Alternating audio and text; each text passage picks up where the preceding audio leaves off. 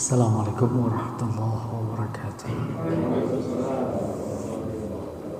Puji syukur kehadirat Allah dipertemukannya dan Ramadan,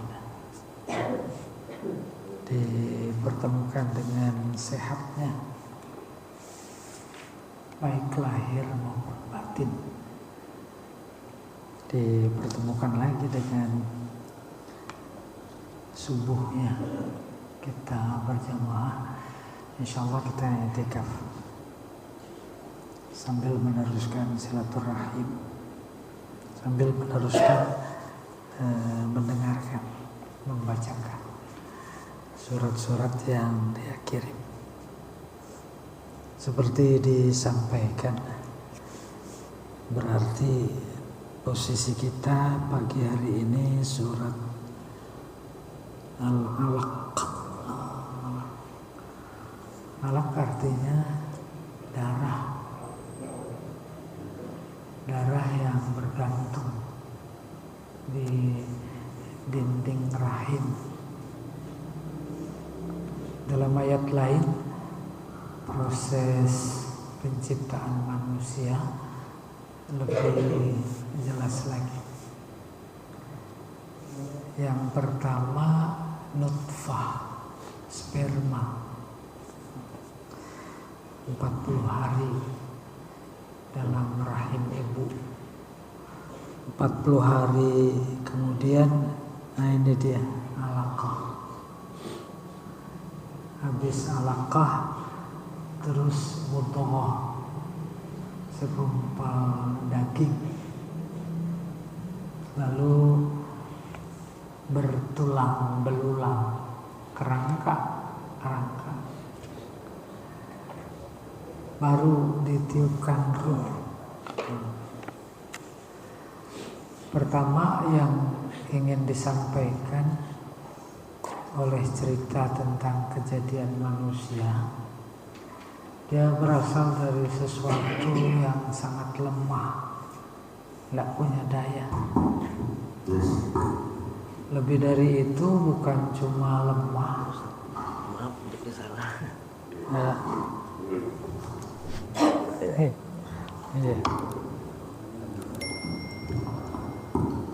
Bukan lemah, tapi hina. Ingin menekan psikologis kita yang pada sombong. Sombong, kamu dulu dari apa gitu. Sehingga dalam fenomena kehidupan berbangsa pun ada orang sombongnya luar biasa, sampai waktu itu mulutnya kayak comberan. Tuh combel, jadi penguasa sombong. Nah, mudah-mudahan nanti kita mendapatkan banyak informasi.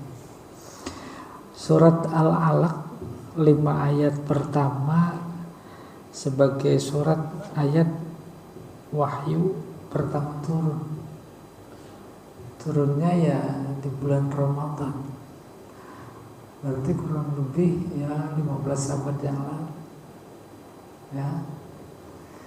Dan turunnya ini setelah Rasulullah bertahanus menyendiri di Gua Hira. Yang mendorongnya menyendiri justru hasil baca yang dilakukan kemudian beliau menyendiri, bukan baca yang objeknya huruf. Kalau baca yang objeknya huruf, dia tidak bisa.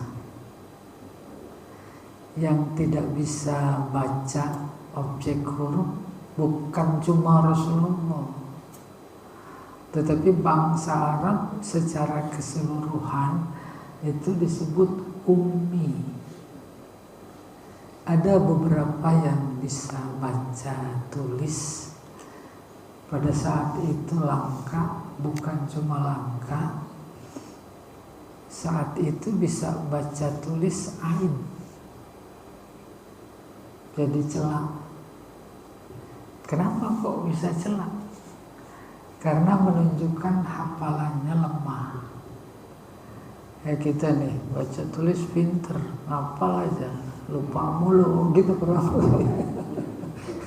Lupa. Ya, Al-Kafirun jadi imam balik lagi. Akhirnya bukan lakum dinukum waliyadin karena lupa. Akhirnya Al-Kafirun jadi waladolin. Nah, udah si makmum udah amin lagi. Itu. Dan turunnya itu tanggal 17 Ramadan. Secara implisit Al-Quran menjelaskan turunnya Al-Quran Yaumal Furqan, pada hari turunnya Al-Quran. Yaumal Taqal Jam'an, yaitu pada hari dua pasukan bertemu, yaitu Perang Badar. Perang Badar terjadi Ramadan pada tanggal 17 gitu. Lalu nuzulul Quran di Almanak Indonesia tanggal 17, bukan malam ganjil di 10 hari terakhir. Nah, bagaimana? Jangan sampai salah paham. Yang dimaksud nuzulul Quran 17 Ramadan yaitu Iqra, maka anzala di situ artinya dimulainya turun. Dimulainya turun Al-Quran itu malam nuzulul Quran dan terjadi pada 17 Ramadan. Itu yang di Almanak. Saya nggak tahu, udah nggak punya Almanak. Oke. A'udzubillahi minasyaitonirrajim. Bismillahirrahmanirrahim. Iqra bismi rabbikal ladzi khalaq. Baca. Baca itu ada objek baca. Ini transitif. Ada objek, nggak disebut. Maka mufasir sepakat baca maf'ulnya gitu nggak disebut Quran. Bacalah Al-Quran. Itu Iqra. Sehingga Imam Hasan Bandung, pendiri Persis, dalam tafsirnya dia mengilustrasikan ketika malaikat Jibril bilang Iqra sambil membawa selembar kain putih bertuliskan 5 ayat surat Al-Alaq. Iqra. Maka jawabannya ma'ana biqari, saya nggak bisa baca. Ma'ana biqari itu penegasan. Ada nafi, ada huruf jar. Itu kajian balaghah 1 taukid. Ma'ana biqari, saya nggak bisa baca. Sampai 3 kali. Kemudian udah. Makna Iqra yang kedua bukan baca, tapi ijma, kumpulkan. Kita mentalkin, ngajarin ngapal anak-anak, terus suruh kumpulin itu di hati. Ayo ikutin, dimulai. Bismillahirrahmanirrahim. Proses kita membacakan dia ngumpulin dalam ingatan. Nah, jadi baik Iqra maksudnya baca maupun kumpulkan. Kalau dalam buku Ulumul Quran, ya sama, dua-duanya bisa dikompromikan. Baru kemudian analisis bahasa yang lain. Apabila Allah menyebut kata baca menggunakan kata Iqra, maka baca dimaksud baik yang objeknya huruf atau bukan huruf. itu bagian dari kandungan makna baca menggunakan kata ikra. Baca, baik yang huruf maupun yang bukan huruf.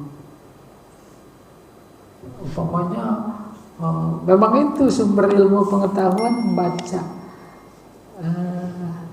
Itu ahli ekonomi luar biasa, ahli politik, dia membaca situasi. Ya tidak, itu juga ikra. Ketika ikra itu objek bacanya huruf, teks apa saja, maka maksudnya baca bersama paham. Kalau objeknya yang bukan huruf, fenomena, gejala, emang bersama paham. Bersama paham perlu ilmu, mana tidak? Harus pakai ilmu. Mana mungkin baca bisa paham tanpa ilmu gitu. Nah itu karakteristik makna yang terkandung dalam kata ikra. Beda dengan tilawah. Tilawah nggak paham, indah yang penting. Itu musabaqah tilawatil Quran, indah. Memang saat itu yang dilombakan indah. Tapi pada saat musabaqah tilawatil Quran ada juga aktivitas lain, musabaqah baca kitab. Tuh sama paham apa gitu? Musabaqah qiraatil kutub. Gitu. Jibril menyuruh Nabi Muhammad membaca 3 kali, bukan sampai 3 kali, bukan karena faktor kebetulan. Bagi Allah kan nggak ada yang kebetulan. Maka para ulama yang menganalisis secara tajam memberikan pengajaran kepada kita, proses membaca sampai paham memang bertingkat. Ikra baca pertama, baca sepintas. Kalau objek bacanya ini bukan huruf, meja ini, saya baca. Ini paling harganya berapa? Tuh hasil baca pertama. Bisa diduga. Contoh aja ini.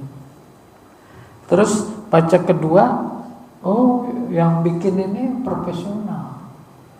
Iya tidak? Betapapun sederhana, kita yang bukan profesi kita nggak bisa. Baru yang ketiga, hasil bacanya jangan dilihat harga, jangan dilihat bentuk indah, bagus, tetapi yang dihasilkan oleh fungsi meja ini berapa banyak membuat orang menjadi sadar diri. Kayak mimbar ini, berapa banyak orang menjadi mendapatkan pencerahan. Katanya saya mah nggak bisa apa-apa. Itu 3 kali. Untung bukan 4 ya. Kalau 4 kali nggak tahu apa tuh. Apalagi itu mereka para pengamat politik baca itu berkali-kali baca. Dulu kita waktu nyoblos sudah baca Prabowo, baca apa? Woi, terus bacaannya benar apa salah? Lah, pada melenceng. Gitu tuh namanya ikra. Baca, iya. Saya kira tempe, nggak taunya kedelai gitu kurang lebih. Ya.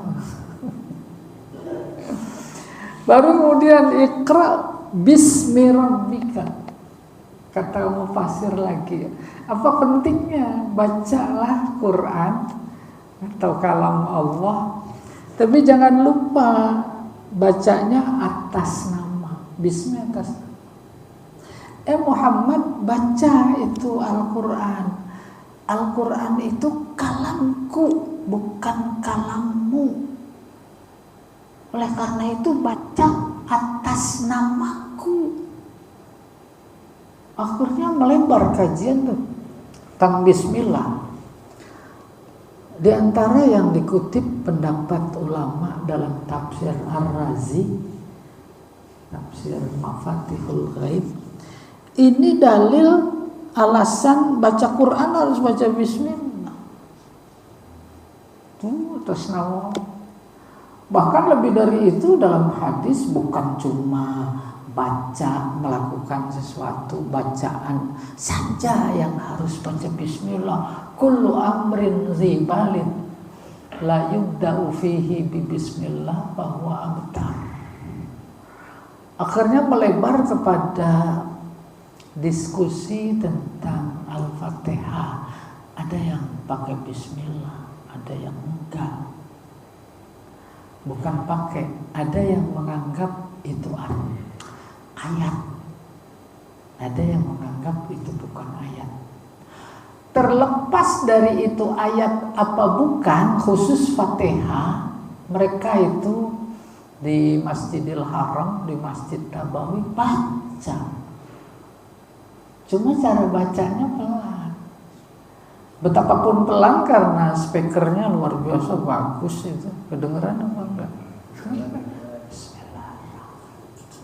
Nih, akhirnya dihubungkan dengan hadis Nabi tadi. Mau minum bismillah. Apa saja atas nama Allah.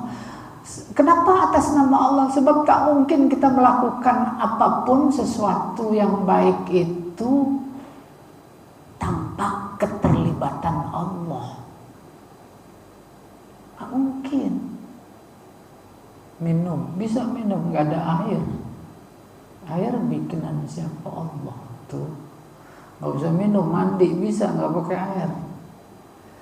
Mandi keringet. Tuh, semua terlibat. Air ada, tapi gak ada keinginan. Keinginan siapa yang ngasih? Allah. Air ada, keinginan ada, tapi tidak ada kemampuan.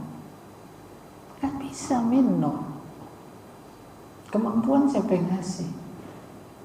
Air ada, keinginan ada, kemampuan ada. Tapi kata dokter jangan minum. Bahaya. Karena sakit. Ada kan sakit yang gak boleh banyak minum? Udah haus. Kesehatan siapa yang ngasih? Nah itu hubungan pekerjaan baik dengan syariat harus baca bismillah. Bisa minum madu kalau nggak ada madunya. Woi, mau denger apa enggak itu? Awas. Kau ya. Oleh karena itu atas nama Tuhan yang dipakai Rabb, sementara Bismillah Allah. Maka di sana kita dituntut untuk memahami persis kapan Allah menyebut dirinya Allah, kapan Allah menyebut dirinya Rabb. Maka di sana ada tauhid namanya uluhiyah. Ketika dia menyebut dengan kata Allah, itu Allah Tuhan yang pantas wajib disembah, jadi sesembahan.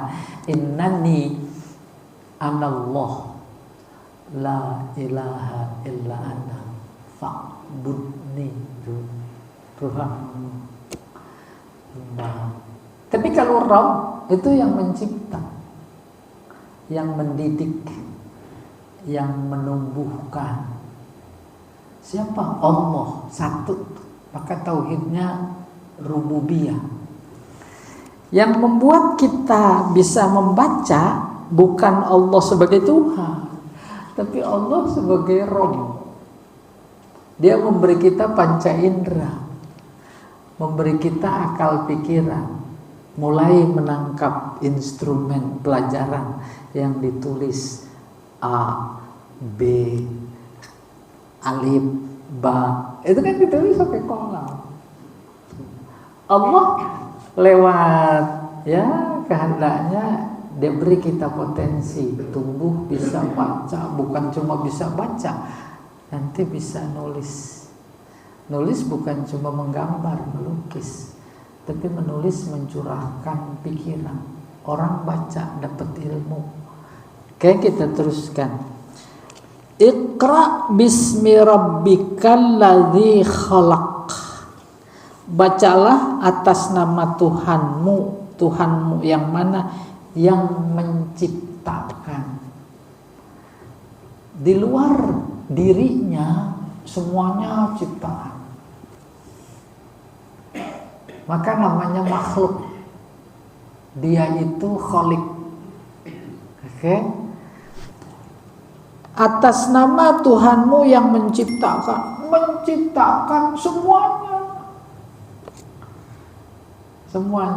Dari sekian semuanya yang dia ciptakan di luar diri kita, langit dan bumi dengan segala macam isinya yang ada, itu menunjukkan tanda kebesaran, tanda kekuasaan, tanda keesaan, tanda keberadaan, eksistensinya.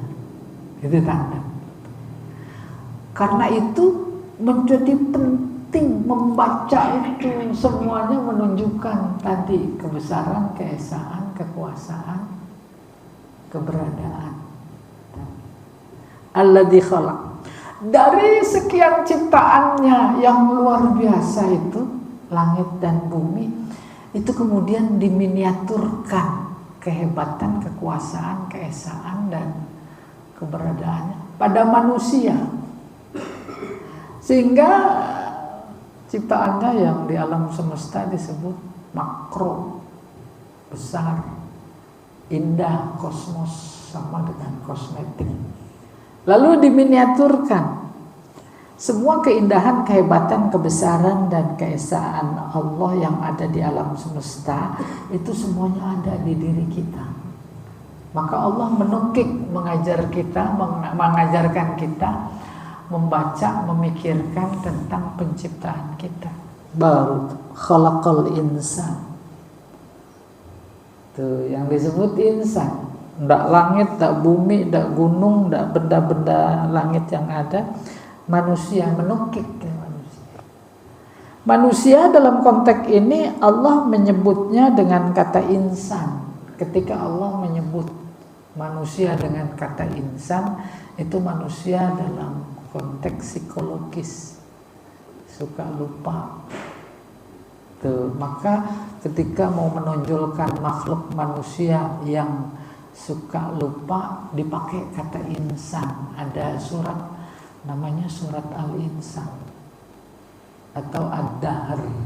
Maka menyebut di sana suka lupa. Hal ata 'alal insan hinun minad dahri lam yakun syai'an mazkura. Ketika itu disebut, maksudnya mengingatkan, jangan lupa. Dulu kamu diciptakan dari air yang sangat hina, sangat lemah, terus diberi nikmat, hebat, berpikir, menemukan sesuatu. Akhirnya seharusnya berterima kasih sama Allah. Sombong tuh lagi diingatkan. Khalaqal insan min alaq. Alaq tadi sudah sampai di situ. Allah ulangi lagi, Iqra, pelajari, baca, renungkan, mikir. Tak mungkin sampai kita kepada tahap berpikir tentang kebesaran, keesaan, kekuasaan Allah sebagai tujuan diciptakannya kita, kemudian menjadi taat dan beribadah. Tidak mungkin kalau nggak belajar. Jadi Iqra ini perintah belajar agar kita bisa mensyukuri nikmat. Iqra. Dan ketika membaca, belajar apapun, tak ada dikotomi antara ilmu ini agama, ini dunia, nggak ada. Wa rabbukal akram. Dan ingat Tuhanmu ketika membaca. Emang kenapa? Huwal akram. Dia yang paling mulia, karim. Sebenarnya artinya bukan mulia. Karim itu artinya dermawan, suka memberi. Dan kalau memberi banyak. Kalau memberi belum diminta udah diberi. Kita pernah minta air, minta udara, minta dikasih itu. Bangsa Arab paham betul itu dermawan. Maka kalau ada orang dermawan itu diserupakan dengan laut. Laut itu adalah simbol kedermawanan yang tiada tara. Huwa kal bahri, seperti laut. Fil jud, dalam segi dermawan. Yang dekat dapat ikan, yang jauh soalnya dapat hujan. Tuh kan. Nah nanti kita gitu dermawan ya. Kalau nyayur bagi-bagi se-RT paling tidak lah. Sampai ke Darussalam gitu kurang.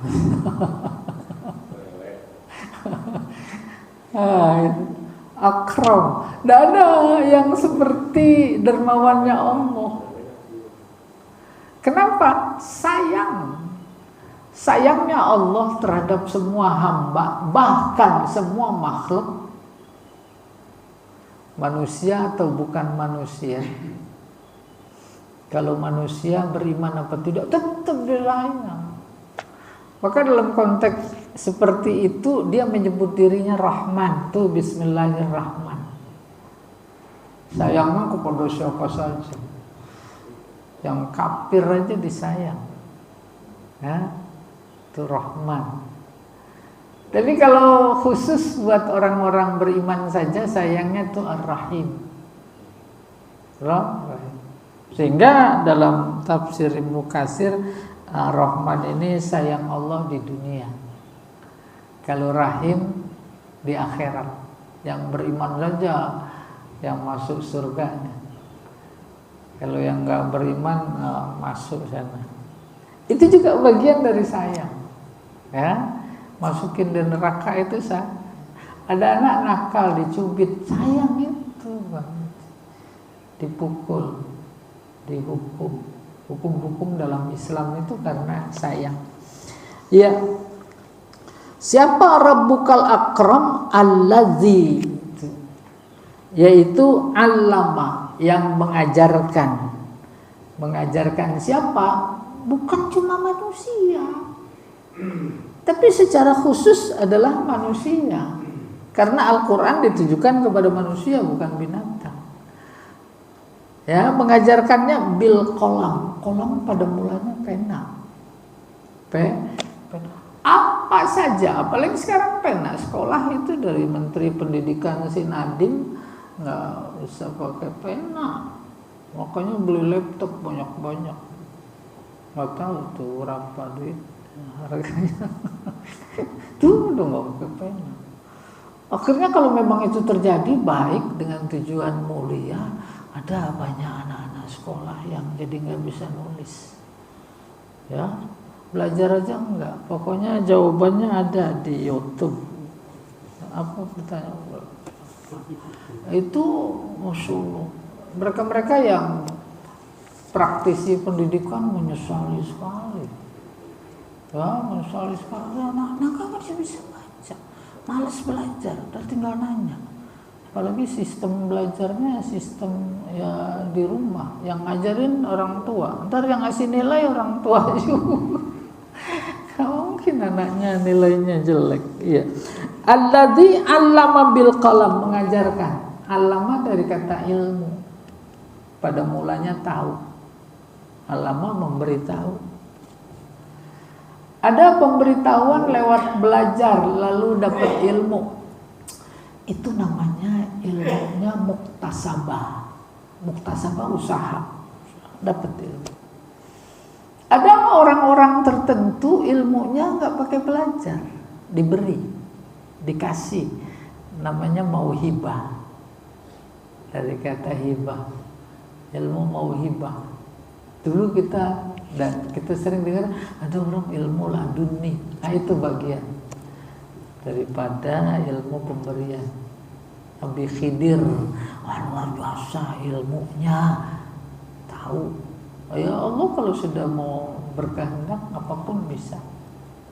Dan yang paling real ilmunya mauhibah para nabi. Para nabi punya ilmu nggak? Punya.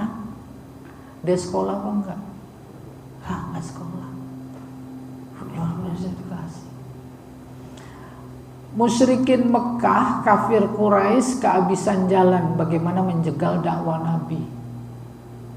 Konsultasi dia dari Mekah, sengaja menemui ahlul kitab di Madinah.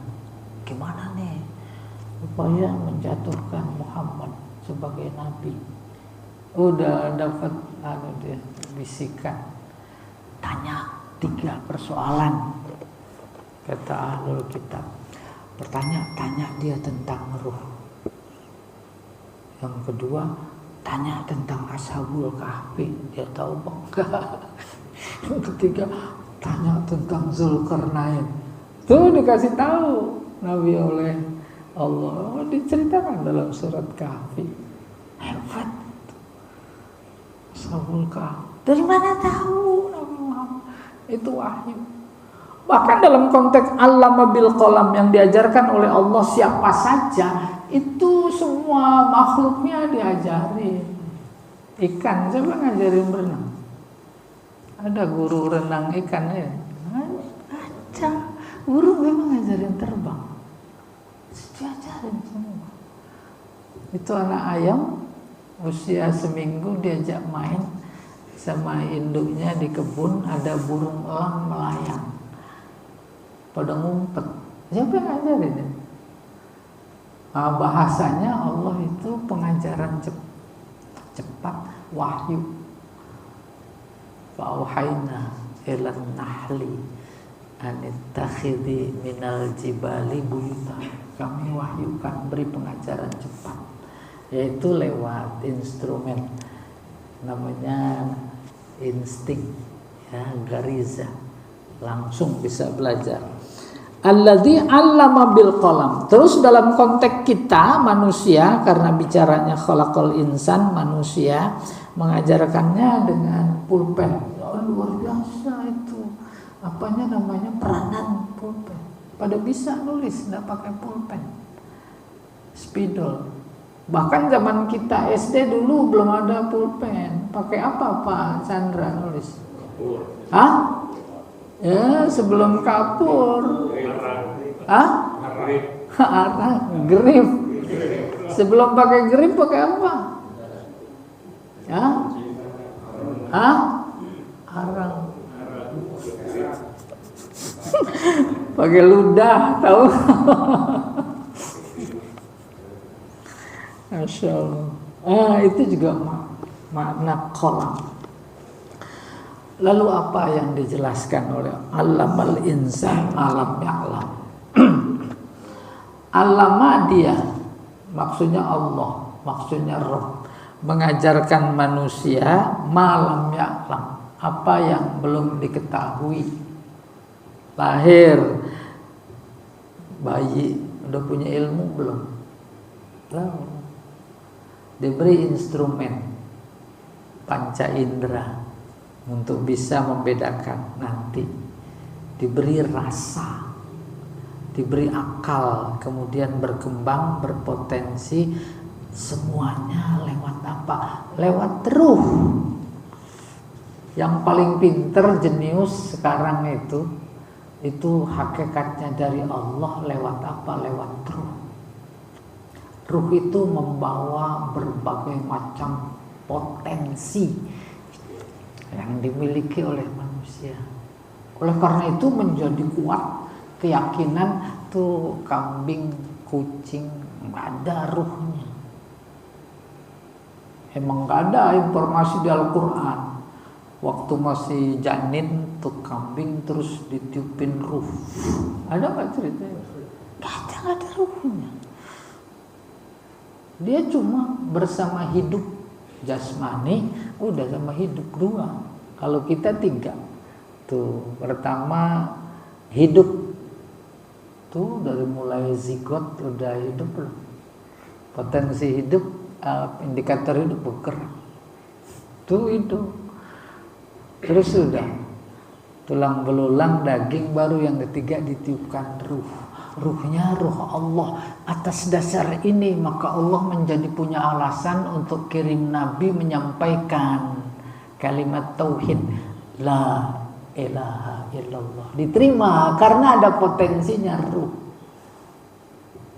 Siapa yang jago dakwah, dai zaman sekarang? Dia bisa nggak ngajak kambing supaya ke masjid? Wih, bisa nggak? Nggak ada ruhnya. Masjid nggak ada. Ya, kembali ke sini.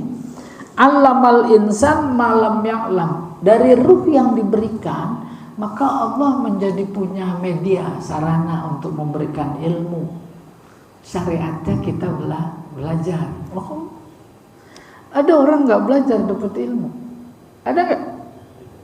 Woi, ada nggak orang nggak sekolah dapat ijazah? Ada nggak? Ya itu ada nih. Ijazah nggak masuk akal. Masuk akal. Udah 10 tahun dibohongin.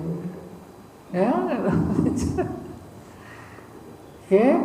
Maka Allah ajarkan mal yang dia tidak ketahui sebelumnya. Kalau lagi mengajarkan Adam, simbol ilmu itu nama. Wa 'allama Adamal asma, nama. Baru mufasir memperjelas. Bukan nama, maksudnya benda. Kan yang diajarin, nih jahe tuh, nih kunyit, nih bawang, ini kacang. Yang ada sekitar itu simbol bahwa apa saja yang diperoleh oleh ilmu sampai sekarang dan akan datang itu hakikatnya itu dari Allah. Nih, allamal insan malam ya'lam. Ilmu ya tahu, ya. Kita jadi tahu. Oke, kita teruskan. Kalla innal insan layatqa. Sampai sini Allah menggugah pikiran kita akan nikmat dan pemberiannya yang tak terhingga luar biasa, yaitu ilmu. Diharapkan terima kasih. Gimana terima kasihnya? Tambah taat kepadanya. Enggak. Dia jumpai manusia-manusia, khususnya pada saat ayat ini diturunkan, tuh si Abu Jahal, tuh si Abu Lahab. Abu Janda belum ada, tapi abu-abu yang lain berlaku bukan saat itu. Apa kata Allah? Kalla. Tidak sekali-kali seharusnya mereka ingkar. Itu kalla. Ya, pendengar. Innal insan, tapi faktanya manusia. Itu lagi-lagi bukan Anas, bukan Adam, insan. Layatgho. Yatgho artinya berlebihan. Togo, berlebihan. Dulu kita bersama orang yang sangat togo pada periode 10 tahun yang lalu. Sekarang togo lagi, togo. Seharusnya udah kita nggak bisa ngomong apa-apa, mendingan kita tutup aja, udah siang ya. Allah kan innal insana, kalau dari kajian bahasa taukidnya ada 3. Pertama kala, sungguh. Kedua inna. Ketiga layat. 3 layat. Bahkan di ayat ini ada yang sampai 4 taukidnya. Sampai 4. Tahu 4 cuma orang-orang khusus. Ketika taukid 1 menunjukkan strata keingkaran baru standar. Kalau taukidnya 2 udah lebih tinggi. Kalau taukidnya 3 udah terlalu. Tidak usah pakai kata togo, Cukup menganalisis penegasan yang sampai 3 itu udah menunjukkan terlalu. Tetapi terlalu ketegasan yang dipakai justru untuk menegaskan keterlaluan. Bukankah seperti itu kita melihat keterlaluan yang ada? Terlalu, ya. Pak Kholik udah dapat MBG. Terlalu. Sekolah-sekolah kaya. Tambah lagi terlalu ada fatwa yang miring. Kalau kurang dana nanti mau diambil dari zakat membuat MBG. Coba terlalu di situ. Kalla innal insana layatgha. Ini cerita Abu Lahab, Abu Jahal, abu-abu yang lain. Nabi datang ngajak baik, mau dicelakakan. Tuh persis sekarang juga begitu. Tidak boleh ada kebaikan. Tidak suka bangsa ini kepada yang baik-baik. Kalau ada harus dicegah. Ya. Oh, jadi apa? Dan sekarang memang udah seperti itu. Kala innal insana layatgha. Nah, ini sampai terakhir. An ra'ahu. Ketika si Abu Jahal, Abu Lahab ngelihat Nabi, istaghna, sombong. Sombong bukan cuma kata-kata, perbuatan. Mana sih sombong paling sombong? Yaitu tak menerima iman, tak menerima kebenaran. Kalau bisa dengan kekuasaan, dengan potensi yang dia miliki, boleh ada kebenaran, gitu kurang lebih. Andai kata ada, kalau perlu dibatilkan, gitu. Tuh, lihat. Nih, ro'ahu istaghna. Bukan cerita tentang zaman Nabi itu, lebih dahsyat. Apalagi kata Allah nih, inna ila rabbika ruj'a. Dia tak sadar yang kayak begitu, bahwa tempat kembalinya nanti pasti akan kembali kepada Allah. Wallahu a'lam bishawab. Mudah-mudahan ada pelajaran bermanfaat. Silakan Ustaz Rahmat.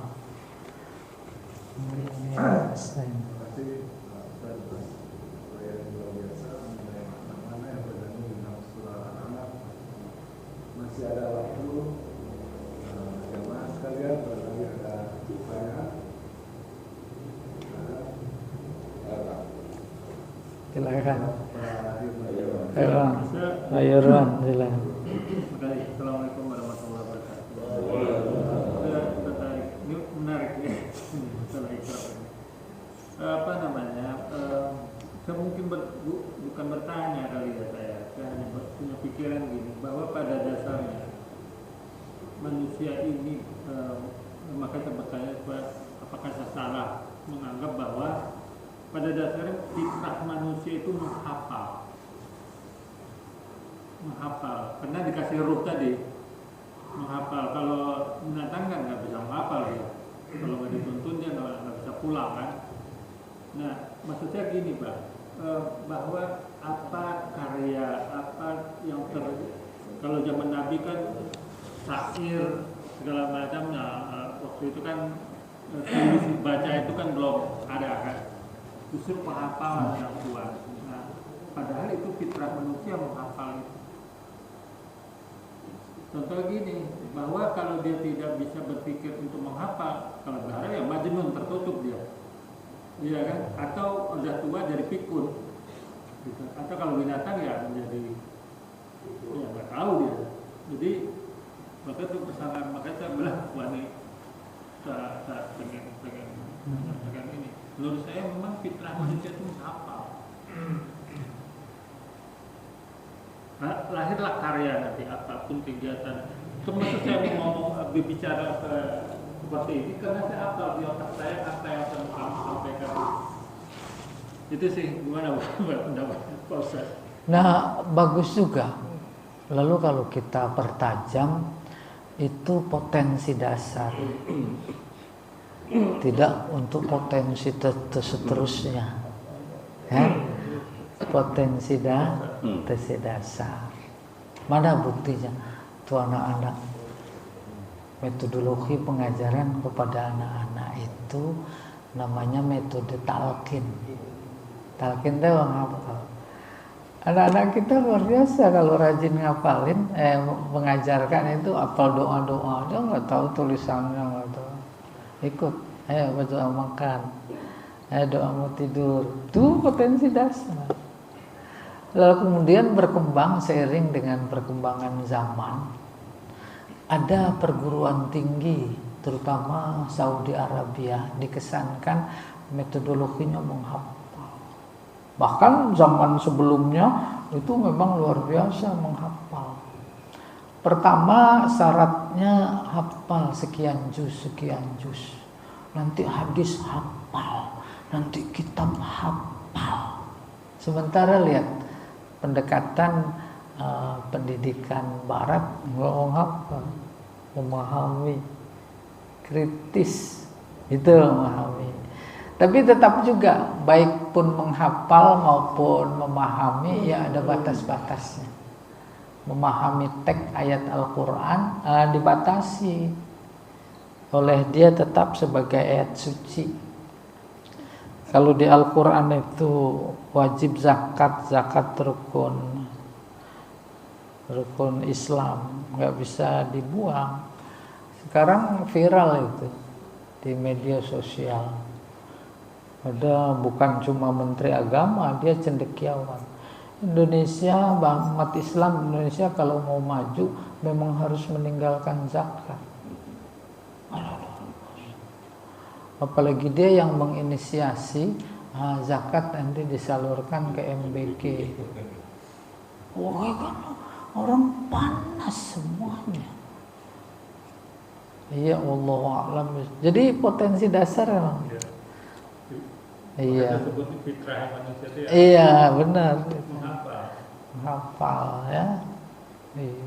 Nah, potensi dasar kalau kita udah bukan kelas dasar, maka potensi ngapalnya udah hilang. udah kelas lanjutan. Oh iya.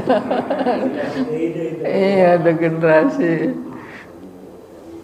Ada lagi. Nah.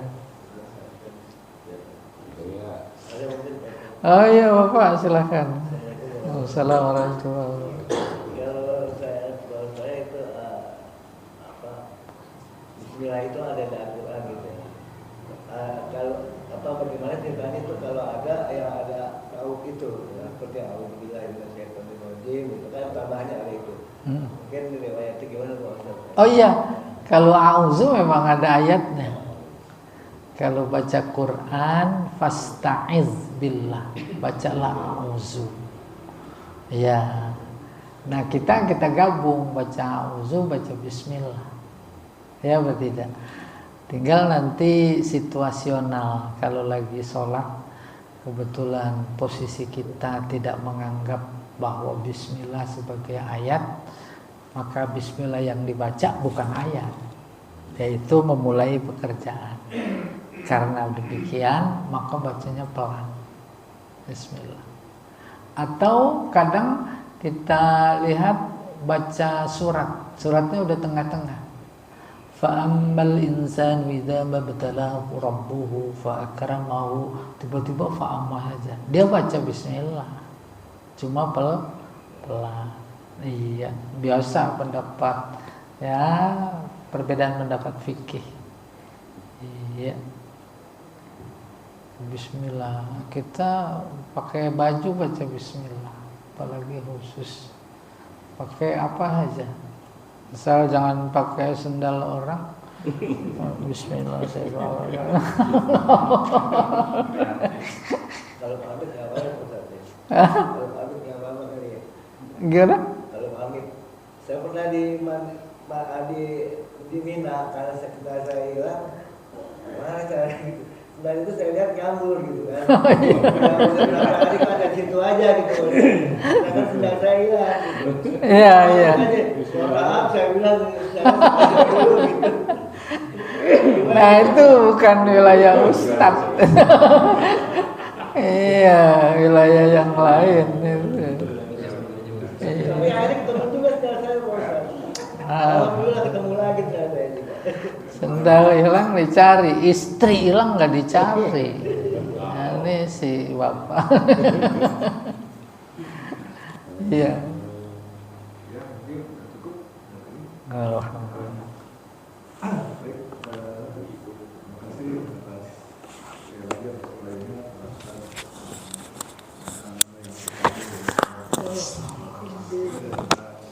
jamaah sekalian, terima kasih atas partisipasinya. Mudah-mudahan pertemuan kita di ini bisa mendatangkan manfaat dari hasil kajian dari pagi ini. Sudah untuk membaca kematul majlis. Asyhadu an la ilaha